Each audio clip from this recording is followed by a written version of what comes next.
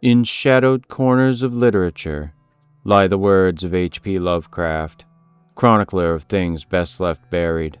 From ancient tomes and crumbling journals, his tales speak of cosmic dread, inhuman gods, and the frailty of the human mind. Welcome to AI Lovecraft, the originals, a descent into the abyss through the voice of the master himself.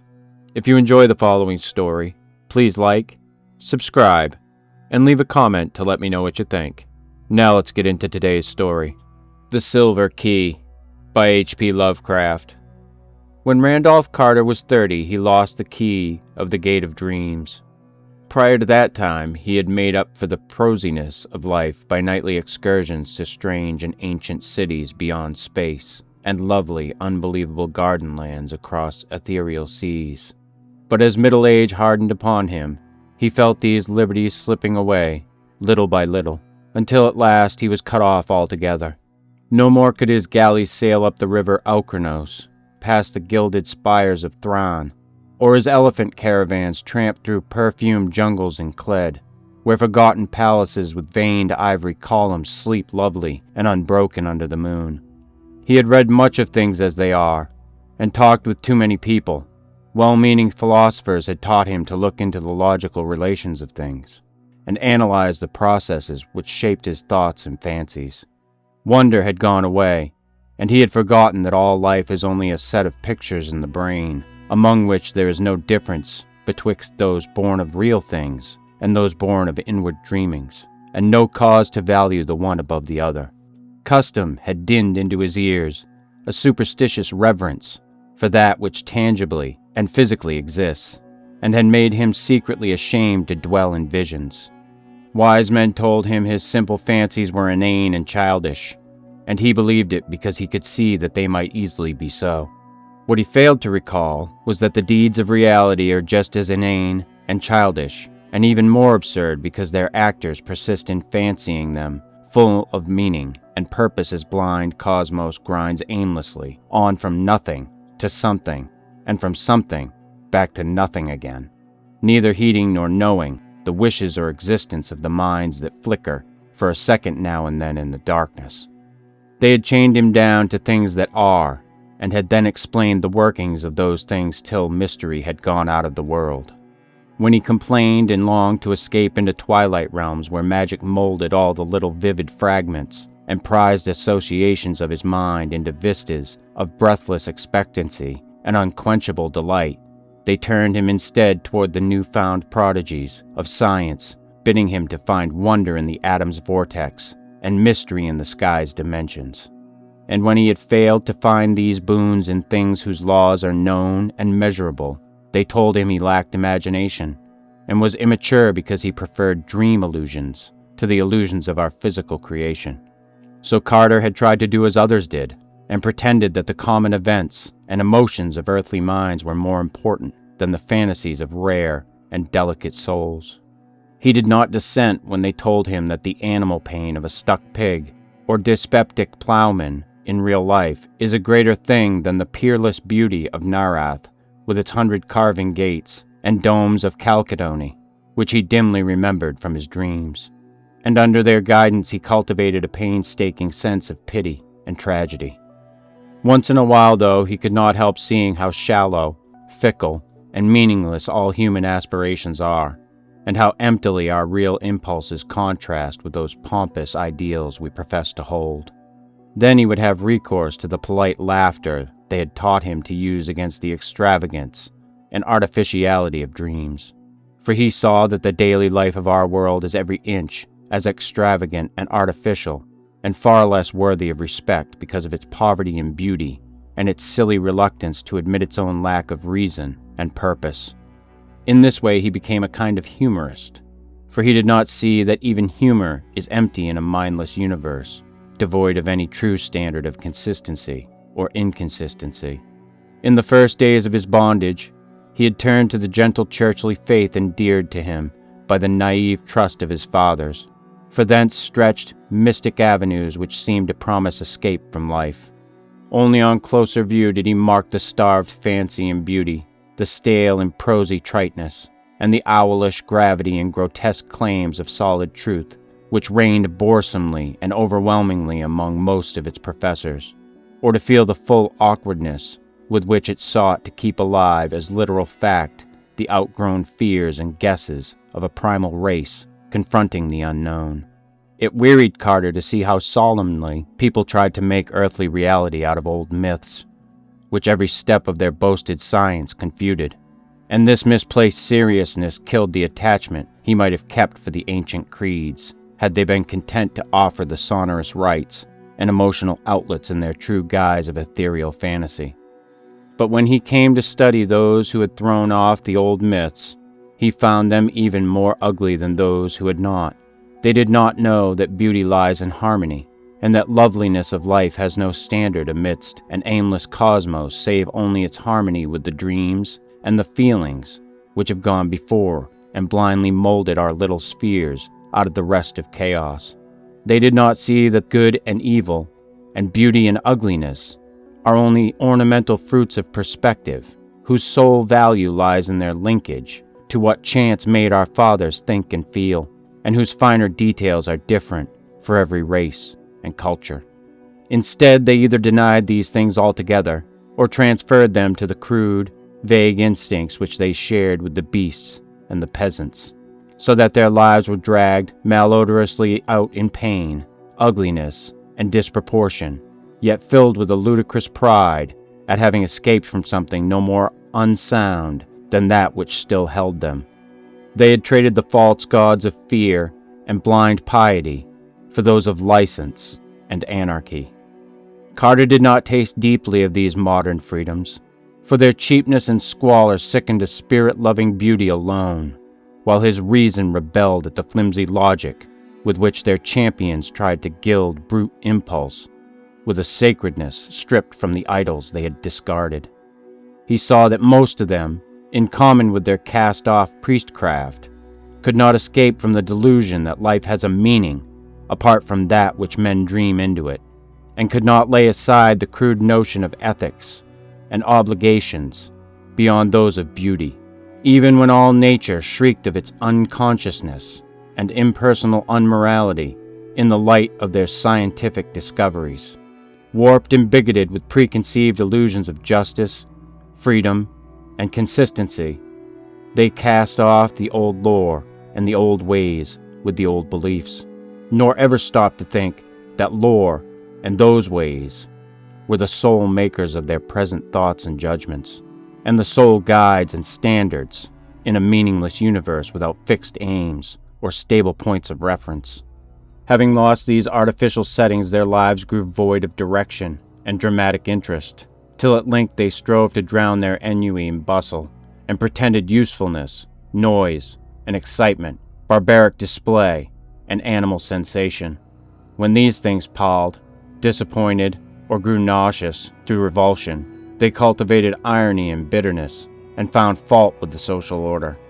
Never could they realize that their brute foundations were as shifting and contradictory as the gods of their elders, and that the satisfaction of one moment is the bane of the next.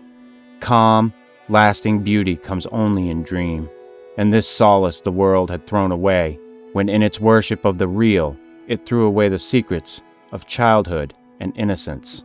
Amidst this chaos of hollowness and unrest, Carter tried to live as befitted a man of keen thought and good heritage. With his dreams fading under the ridicule of the age, he could not believe in anything, but the love of harmony kept him close to the ways of his race and station. He walked impassive through the cities of men, and sighed because no vista seemed fully real, because every flash of yellow sunlight on tall roofs, and every glimpse of balustraded plazas in the first lamps of evening served only to remind him of dreams he had once known, and to make him homesick for ethereal lands he no longer knew how to find. Travel was only a mockery, and even the Great War stirred him but little, though he served from the first in the Foreign Legion of France. For a while he sought friends, but soon grew weary of the crudeness of their emotions, and the sameness of the earthiness of their visions. He felt vaguely glad that all his relatives were distant and out of touch with him, for they could not have understood his mental life. That is, none but his grandfather and great-uncle Christopher could, and they were long dead. Then he began once more the writing of books, which he had left off when dreams first failed him. But here too was there no satisfaction or fulfillment, for the touch of earth was upon his mind, and he could not think of lovely things as he had done of yore. Ironic humor dragged down all the twilight minarets he reared, and the earthly fear of improbability blasted all the delicate and amazing flowers in his fairy gardens. The convention of assumed pity split mawkishness of his characters, while the myth of an important reality and significant human events and emotions debased all his high fantasy into thin-veiled allegory and cheap social satire. His new novels were successful as his old ones had never been, and because he knew how empty they must be to please an empty herd, he burned them and ceased his writing.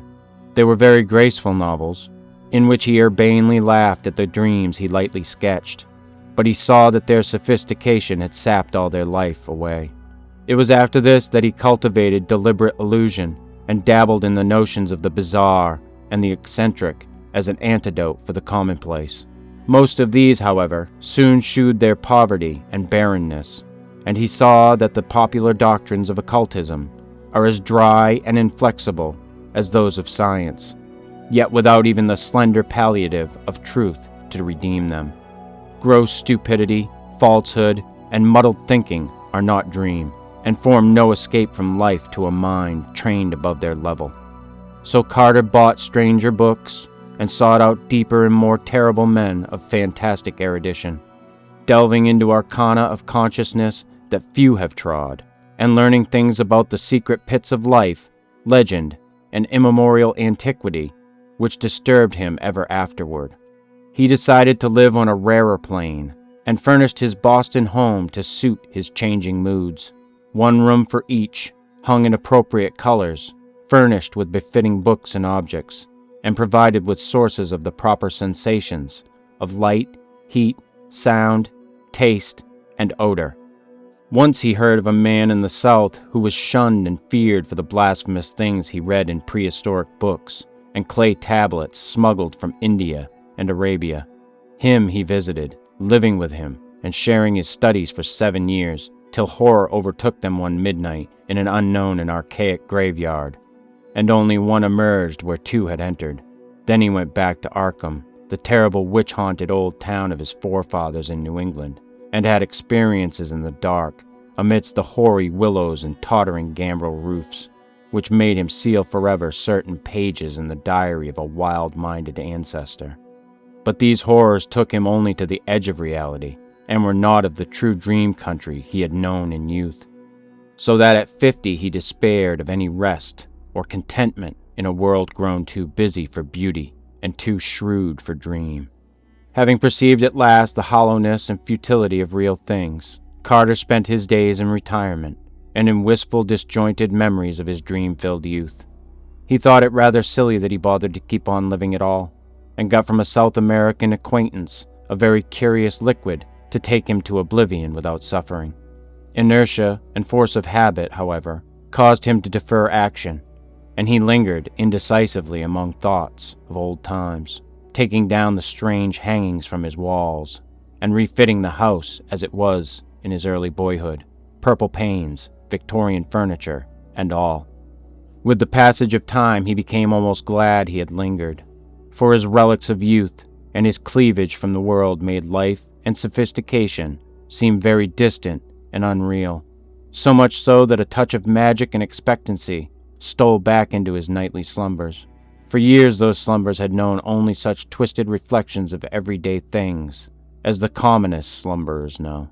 But now there returned a flicker of something stranger and wilder, something of vaguely awesome imminence, which took the form of tensely clear pictures from his childhood days, and made him think of little inconsequential things he had long forgotten.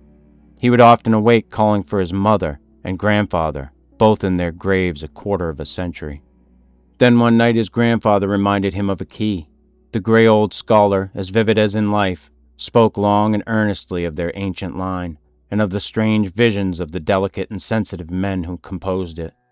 He spoke of the flame-eyed crusader who learnt wild secrets of the Saracens that held him captive, and of the first Sir Randolph Carter, who studied magic when Elizabeth was queen.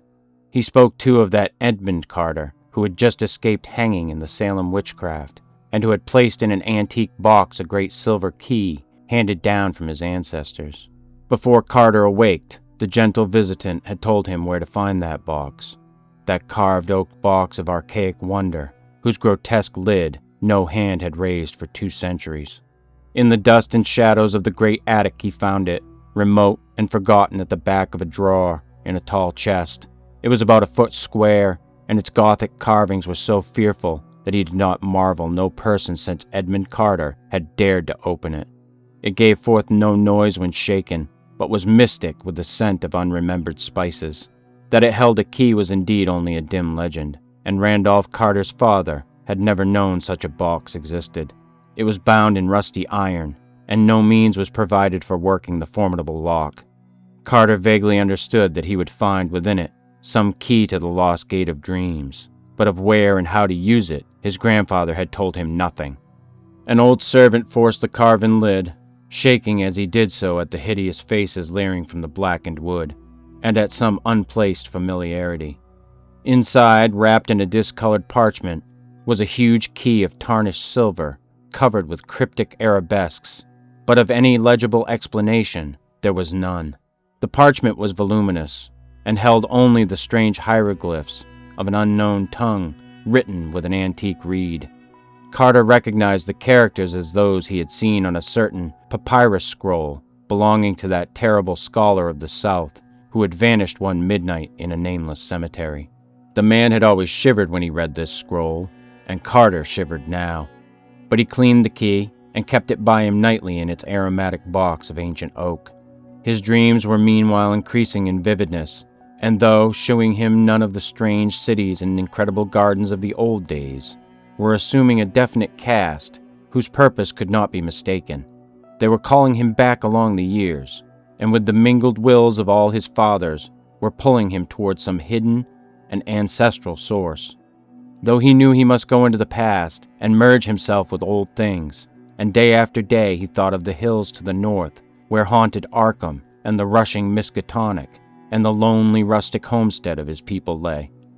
In the brooding fire of autumn, Carter took the old remembered way, past graceful lines of rolling hill and stone-walled meadow, distant vale and hanging woodland, curving road and nestling farmstead, and the crystal windings of the Miskatonic, crossed here and there by rustic bridges of wood or stone. At one bend, he saw the group of giant elms among which an ancestor had oddly vanished 1.5 centuries before, and shuddered as the wind blew meaningly through them. Then there was the crumbling farmhouse of old Goody Fowler the witch, with its little evil windows and great roof sloping nearly to the ground on the north side. He speeded up his car as he passed it, and did not slacken till he had mounted the hill, where his mother and her fathers before her were born, and where the old white house still looked proudly across the road at the breathlessly lovely panorama of rocky slope and verdant valley, with the distant spires of Kingsport on the horizon, and hints of the archaic, dream-laden sea in the farthest background.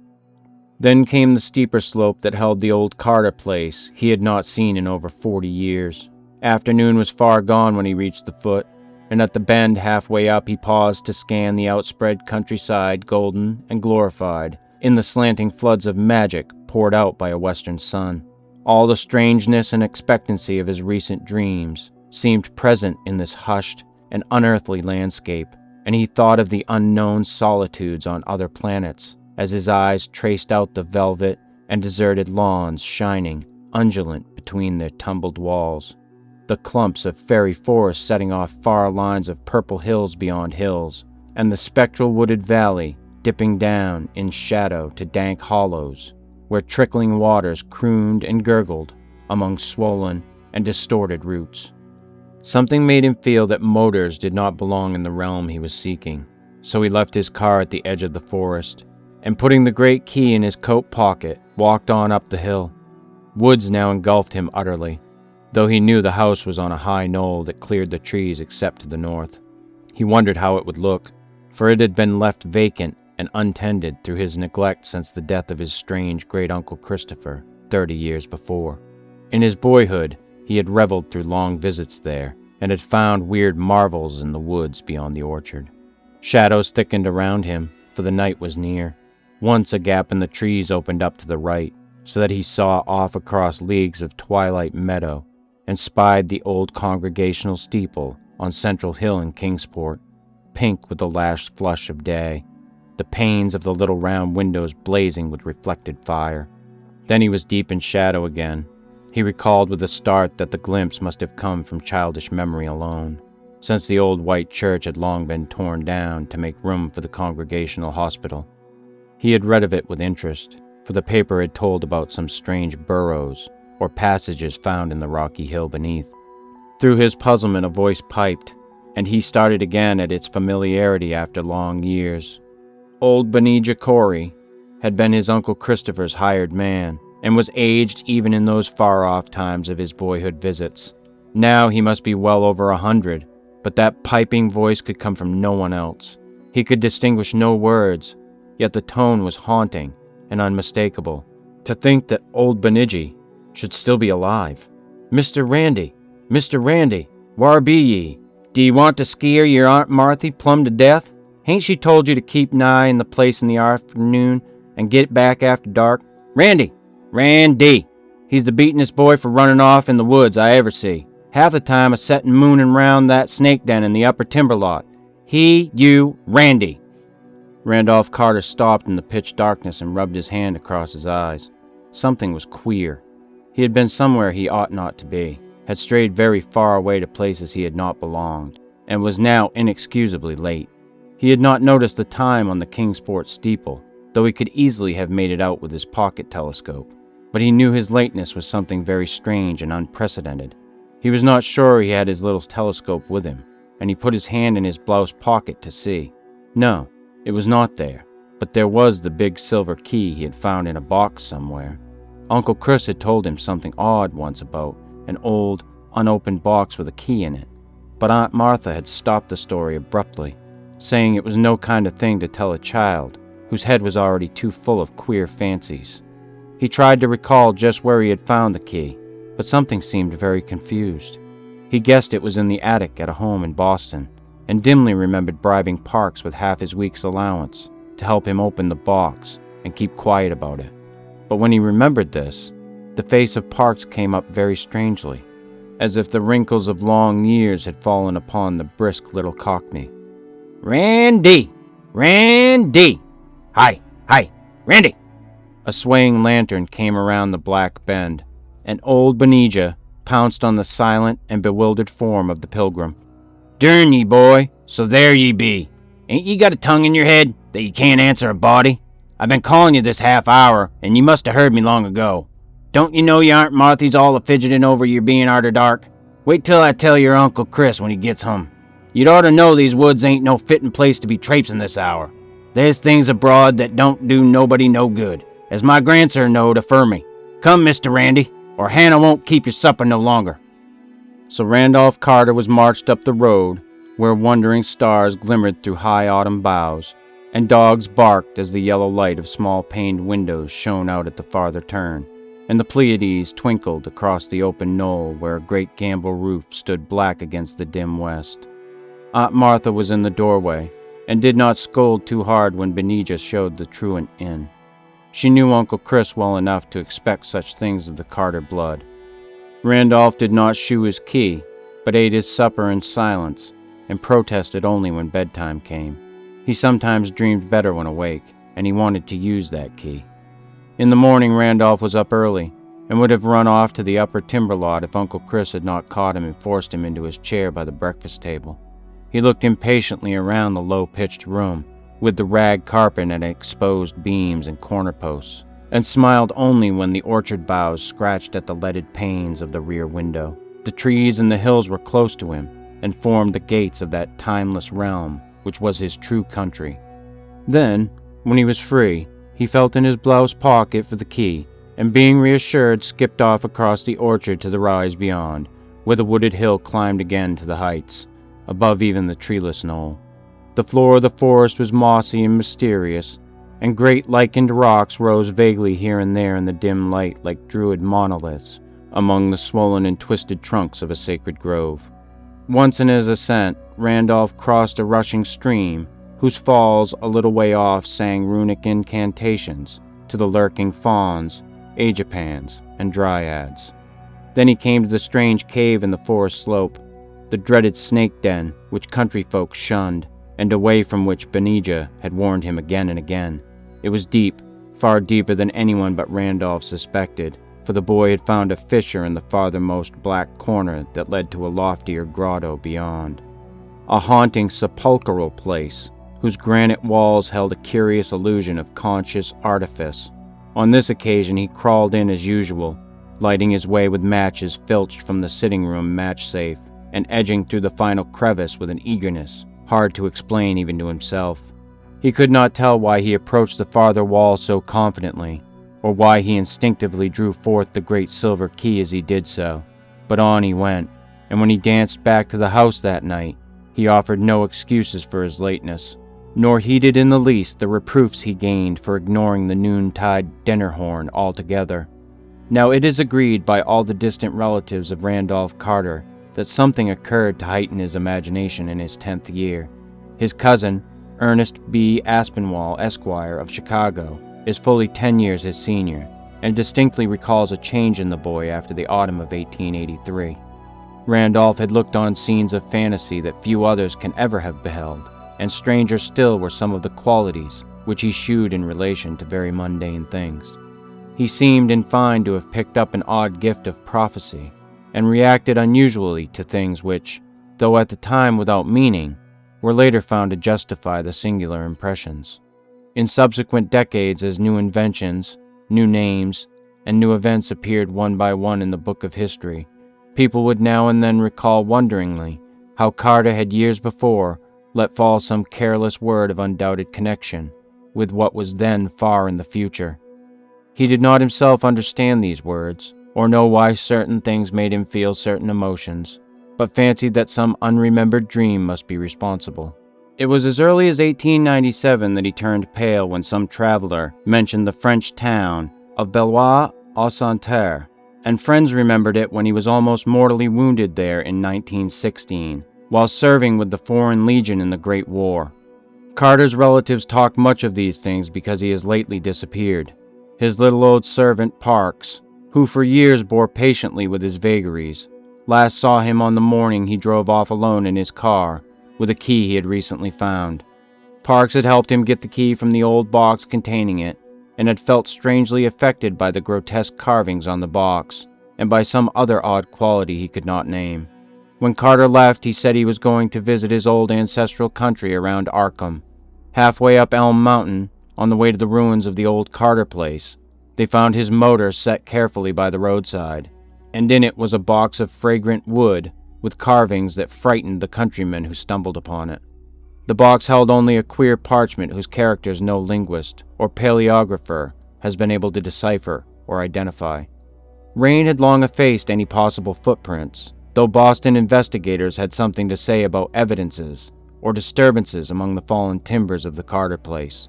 It was, they averred, as though someone had groped about the ruins at no distant period.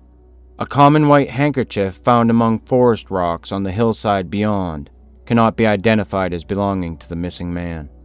There is talk of apportioning Randolph Carter's estate among his heirs, but I shall stand firmly against this course, because I do not believe he is dead. There are twists of time and space, of vision and reality, which only a dreamer can divine. And from what I know of Carter, I think he has merely found a way to traverse these mazes. Whether or not he will ever come back, I cannot say. He wanted the lands of dream he had lost, and yearned for the days of his childhood.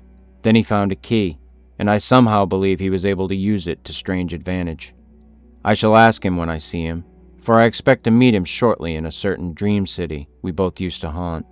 It is rumored in Ulthar, beyond the river Sky, that a new king reigns on the opal throne in Illik Vad, that fabulous town of turrets, atop the hollow cliffs of glass, overlooking the twilight sea, wherein the bearded and finny Nori build their singular labyrinths. and I believe I know how to interpret this rumor. Certainly, I look forward impatiently to the sight of that great silver key, for in its cryptical arabesques there may stand symbolized all the aims and mysteries of a blindly impersonal cosmos.